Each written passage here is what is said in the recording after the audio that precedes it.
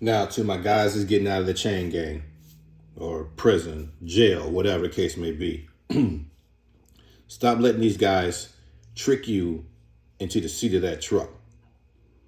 You just came out of a situation. And I know a lot of the jail talk is like, yeah, man, when I get out, man, I'm finna get my homeboy, dog. You got 2 box trucks, dog. You got 4 box trucks, dog. And I'm finna get out and get this money. Did anybody ever tell you that if you're in a standard box truck, you laying your ass across their front seat? Did anybody ever tell you the temperature in Nevada is hot as hell? Did anybody ever tell you that your back is gonna be hurting? Did anybody tell you that you're gonna be eating at a truck stop? Did anybody ever tell you you're gonna have the worst diet ever? Unless you are really meal prepping, going to Whole Foods and or bringing your own food. Did anybody ever tell you what it costs to eat on the road? Did anybody ever tell you that you may not get a load that day because the lying box truck platforms are saying, oh, we picked up a load in Seattle, Washington for 3,400 and it's dropping in Utah. What the hell comes out of Utah? Nobody looks like you in Utah. Nobody speaks like you in Utah. And they're just not that welcoming in certain parts of Utah. Do they tell you about the safeties? Do they tell you about the possibilities? Do they tell you about sundown towns?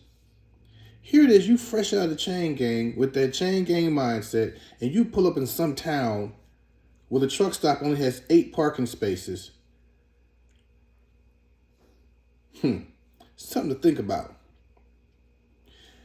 You guys come up out the chain gang. I understand you need to survive. I get it. But learn as much as you can. Stop falling for the glisten they put on these platforms. Stop falling for the BS. Look at what you're getting paid per mile. You have zero experience. Is that person giving you the best compliance training? Is that person giving you the best safety training? Is that person giving you ins and outs? Say, hey, your load stops here in this part of Utah. I'm looking up the area, the demographics. You know what? I'm going to deadhead you to Salt Lake City instead of behind the mountain, Utah, to put you in a safer place. Are they doing that for you? You see, and I'm going to off subject a little bit.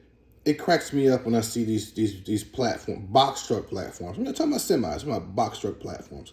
I've been on both sides of the spectrum. And you say you pick up a load for $4,000 for a partial load, going to Columbus, Ohio. And then on the way, you stop 300 miles away and pick up another partial load for $2,400. Okay. 4,000, let's say 4,000, 2,400, $6,400. Do the mileage, do the math, do the rate per driver. Look at driver fatigue. He or she is just laid up in a truck for 10 hours. No ELD. That person's fresh out of jail. That person is excited and eager. Take their excitement and their eagerness and change that energy into making them a better person, a better driver, a better structure. But you lead them to the hellfire where you let them run and drive until not they get tired, until you get tired. Because they need you. They need to pay their probation, need to pay their parole. They need to give their baby mama some money. Some of these guys are coming out and they really want to do the right thing. They got to survive. But they're eating ramen noodles out of Dollar Tree and $1.50 tuna, not knowing that these foods are driving their health even further down. It's working on their mental. They didn't get a good night's sleep. But they want to stay loyal to you and they want to try to stay loyal to their families. But they're losing. What are you offering?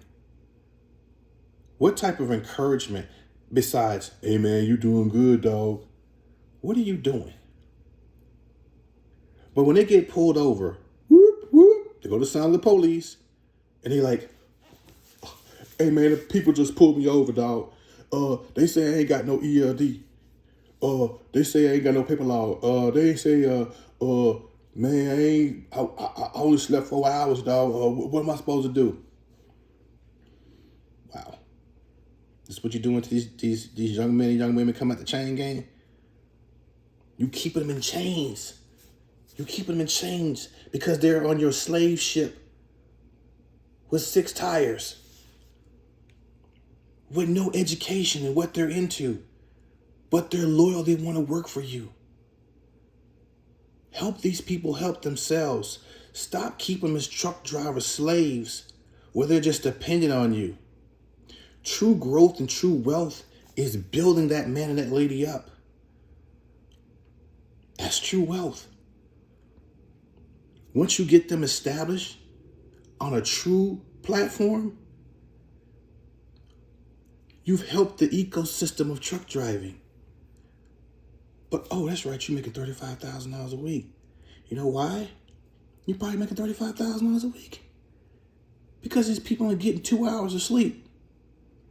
Hey, man, gotta load. Gotta go. And they on the phone.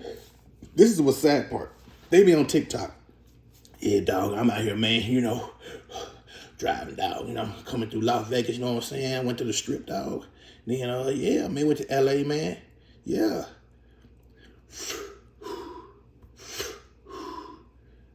Y'all think that shit cool.